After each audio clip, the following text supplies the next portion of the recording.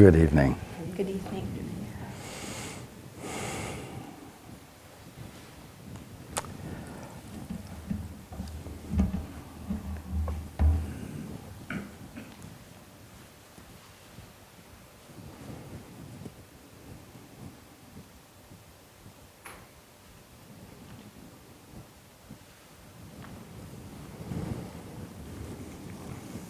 Last week we didn't quite finish the paragraph. At the end of it, it says, "There is nothing about me that you cannot attain." And I made it quite clear that it is not a matter of attaining something that you do not now have or that you are not yet. Because you in your totality are always totally present. Whether you're ignoring part of yourself or not. And it's important to understand this so that you or your ego does not project a picture in front of you of a great distance to go, full of difficulty, before you can attain enlightenment. Enlightenment isn't knowledge that you will acquire. Enlightenment is you being in your right mind.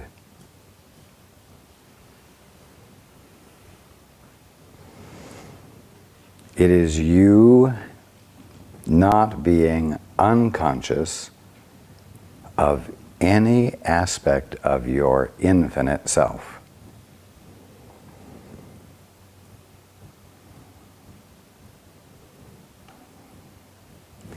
An infinite self that is present and is what you are experiencing through squinted eyes and therefore through a partial perception of what you are at this very moment in your totality.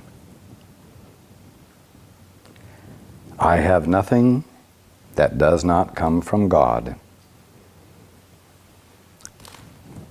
And I would say you have nothing that does not come from God. Although you seem to have extra frills that you have added to yourself imaginatively through the use of imagination,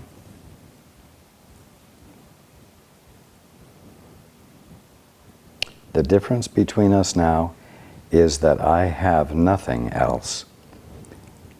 This leaves me in a state which is only potential in you.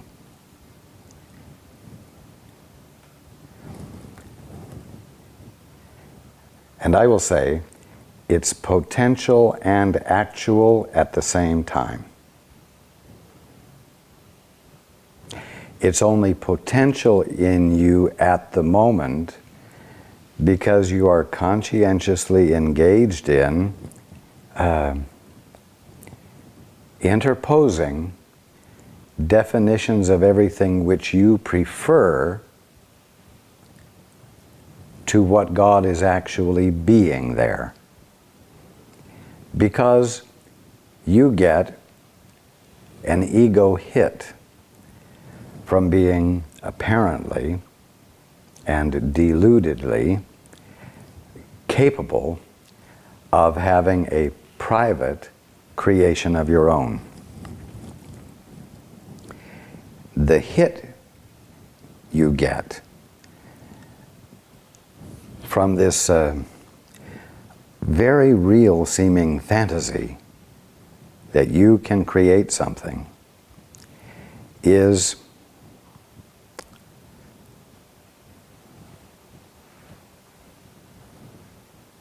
what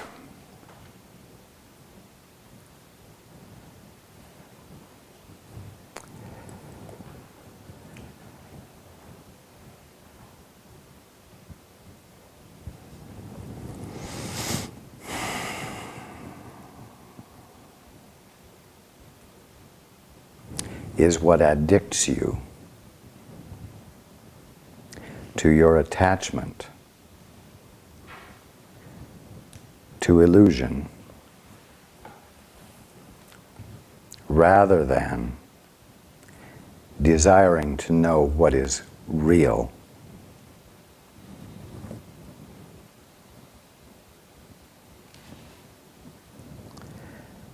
What I want you to know is that the shift from potential to actual is a simple shift, facilitated by a curiosity to experience the reality of everything you're experiencing.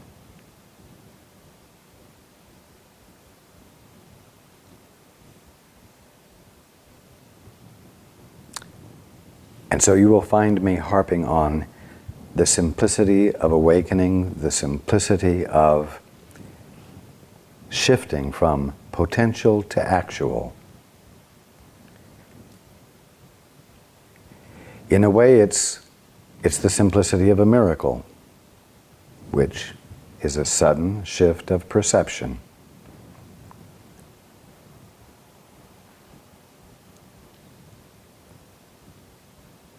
Okay.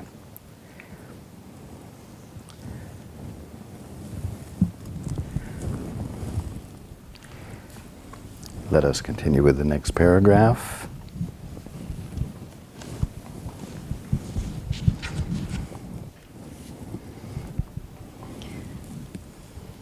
No man cometh unto the Father but by me does not mean that I am in any way separate or different from you except in time, and time does not really exist.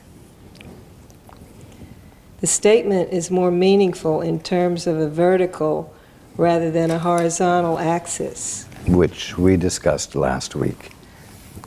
Continue. You stand below me, and I stand below God. In the process of rising up, I am higher because without me, the distance between God and man would be too great for you to encompass. I bridge the distance as an elder brother to you on the one hand, and as a son of God on the other. My devotion to my brothers has placed me in charge of the sonship, which I render complete because I share it. I'm going to stop you there. Which I render complete because I share it. Keep in mind that ultimately it is your job to also render it complete by sharing it. In other words, as you let in the clearer experience of reality, as you let the Father's love in because you desire to extend it, you, for lack of better words, complete the circuit. The key lies in the willingness to share it. You see?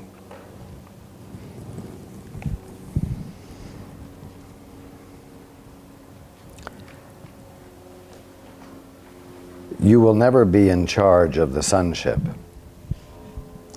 but beginning to have a devotion to your brothers and sharing it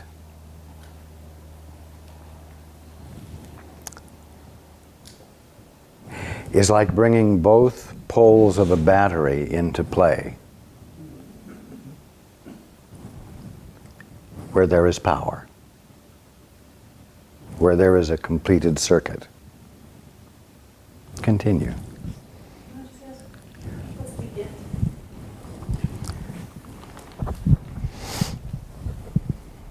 Okay, I'm a little unclear, so for all of us people who are unclear, what's the it exactly that you're... The it is my devotion to my brothers. So I share my devotion? Indeed, To my I brother. extend Not it. yours. Pardon? Not yours. Mine, though.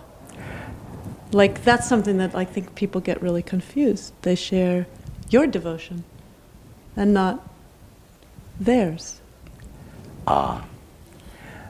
Ultimately, your devotion to your brothers is expressed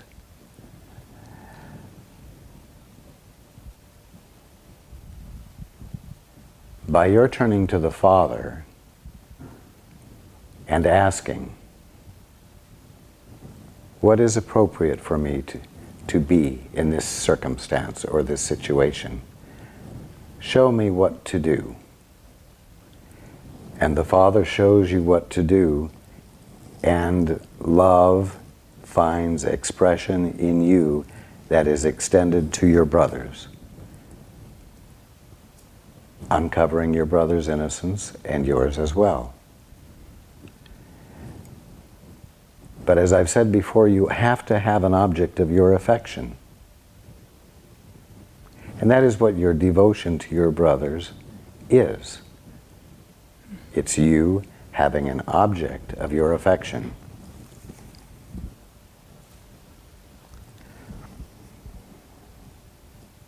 Okay.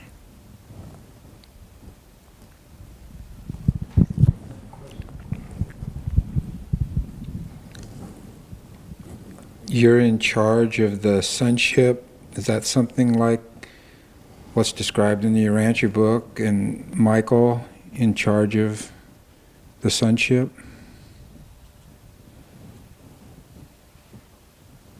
You could say that, yes.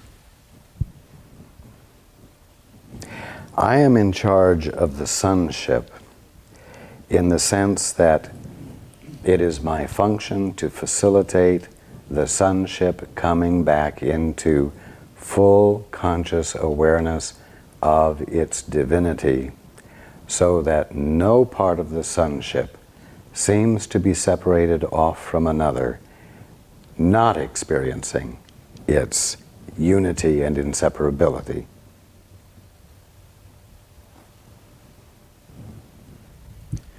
I'm appreciating how I'm beginning to experience you being there for us. Then you are beginning to understand your real value to your brothers. Example. Exactly. You have an example so that you may, shall I say, reproduce the example.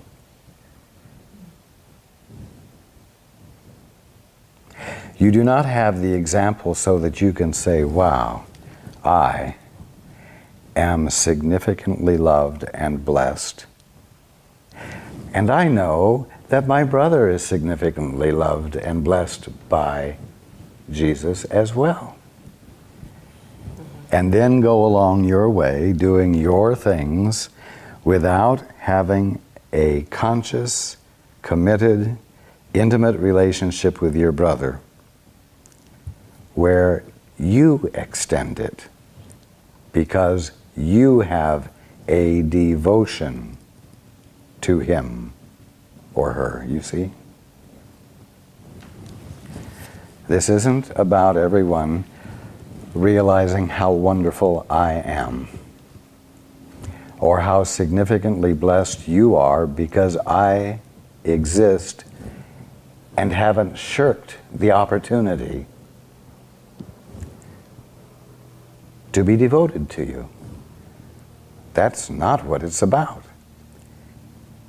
It's about you having that experience and realizing that indeed this is your function as well, to be devoted to your brothers and sisters, to begin to be involved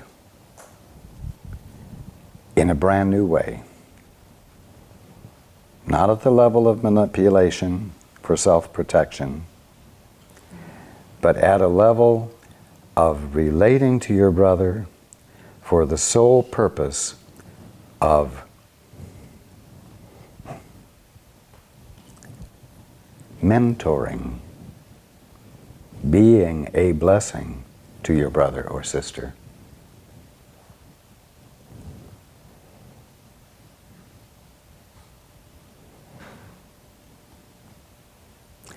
If you are love embodied, because that is what the Father is embodying as you,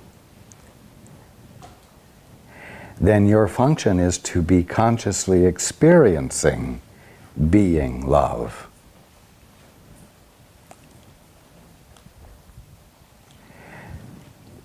It's an interesting thing when you let love, when you let the Father's love through you so that it illuminates the truth about your brother.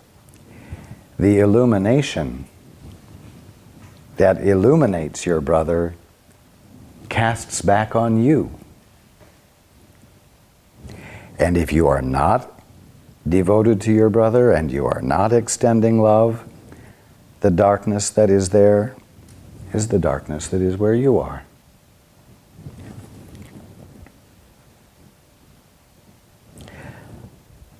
Once you all get this, you will, with diligence and commitment and seriousness and reverence, address your brother consciously in a mentoring fashion. And you will catch yourself and squelch any old habits that attempt to surface that would have you stand in judgment of your brother. Because in doing that, you withdraw the light from him and from you. What I'm trying to convey here is that you cannot have the love of God register with you until you have extended it to your brother, and don't think you can. You can't have a private blessing.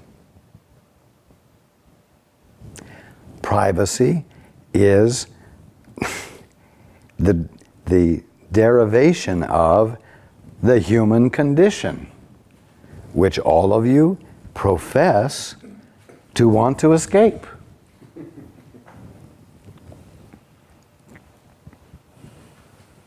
And because you are escaping from privacy, it seems logical to you that you can wake up privately. That waking up is just a new but glorified way of being independent.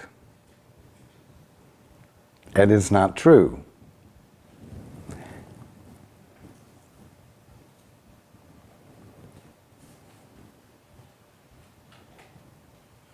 Let's continue.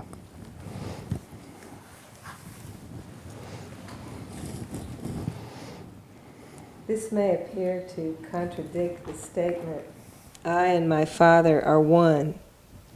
But there are two parts to the statement in recognition that the Father is greater. Ah, yes, humbling words.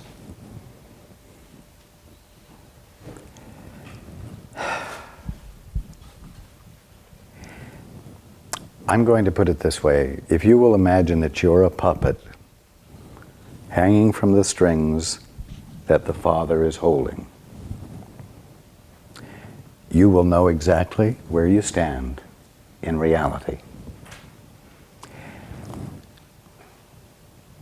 But when you let yourself be the puppet of God, the expression of God, and you're not attempting to introduce any original movements as a puppet without strings, then you will find that your cooperation with the way the Father is moving you amounts to what is called co-creation. When you are yielding to what the Father is being right where you are joined with the Father in His being of you, and His being of you is always relative to every aspect of the infinity of creation, which means that you're yielding to His being all there is of you will bring you into a full conscious awareness of creation infinitely and your absolute inseparability from it. An experience of wholeness.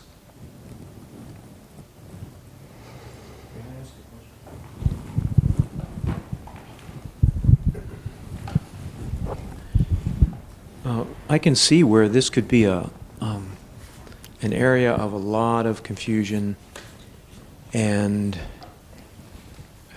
even resentment, in that the confusion lies in authorship. For instance, here I am living my life, and I say that I'm following this feeling inside me that I need to go and do this or accomplish or whatever it is, a career or a relationship or whatever we do. And a confusion about the authorship of that, of saying, well, it's God moving me into it. And then the other area of resentment is we are so, I've heard this statement before, but when I first heard it, I'm a puppet on a string? The very thought is just, how should I say, almost as if aliens took my body over, or I'm no longer in control, or you see what I mean?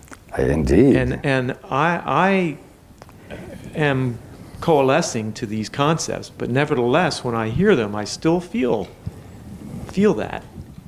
that confusion of saying, how can I be sure where the authorship comes from?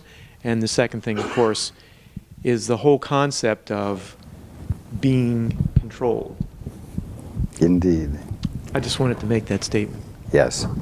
It is exactly the reason I use the illustration of the puppet. Because it cuts to the chase. It addresses the specific issue that every one of you needs to look at. Our Father who art in heaven, you say. And if you go to church, you say it every Sunday.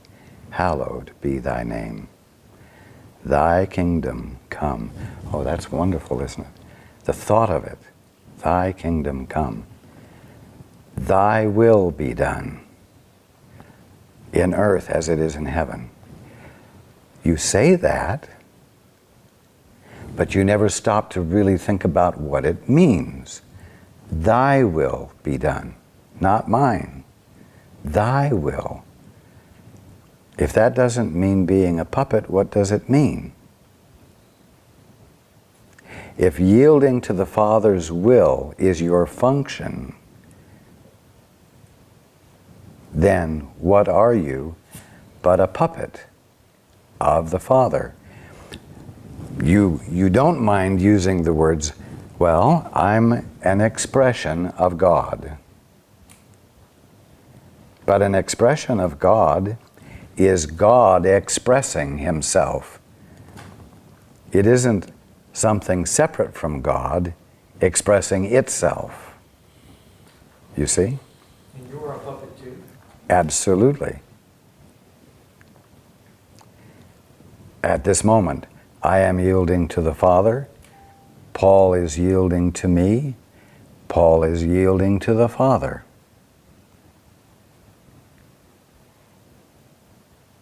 He doesn't have the fullness of the experience of it yet, but the more he's willing to allow this to happen, the sooner there will be a spontaneous remembering of when he wasn't adding frills, when he wasn't trying to do independent movements as a puppet without strings. And as you can see, what causes him to do it is that he cares about you. He has an object of his affection. Today, he had a very, very strenuous emotional day. Almost overwhelming. But being willing to be devoted to you took higher priority tonight than hitting the sack or submerging himself in a movie on TV.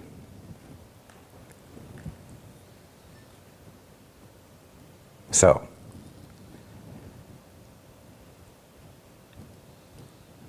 he could have tried to engage in independent movements. He also could have found that upon his willingness to be devoted to you and turning to me, he could have found, and you could have found, that I might have said, there will be no meeting tonight because under the circumstances it doesn't fulfill purpose. You see, when you yield, you don't know what will happen, one way or the other. What you can count on happening here is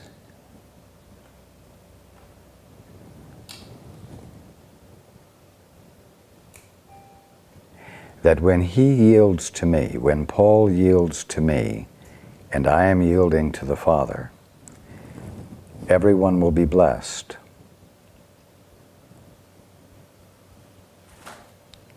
Because that's the nature of love.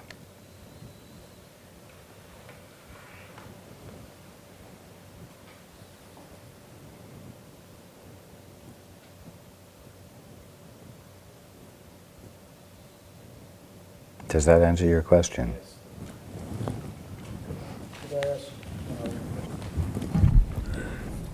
In dealing with what you were just talking about, I've often used the construct that by yielding into the Father's will, what I'm doing is yielding into a larger me, which takes away some of the fear part of that whole issue of yielding into the Father's will, being the Father's puppet, essentially.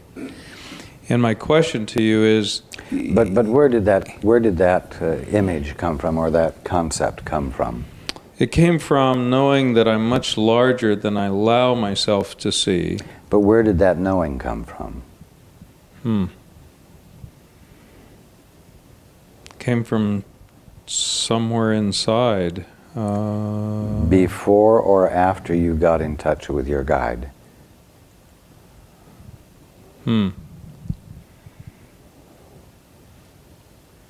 It may have been before. I'm not, I can't place the time. The knowing came after you consciously let in help.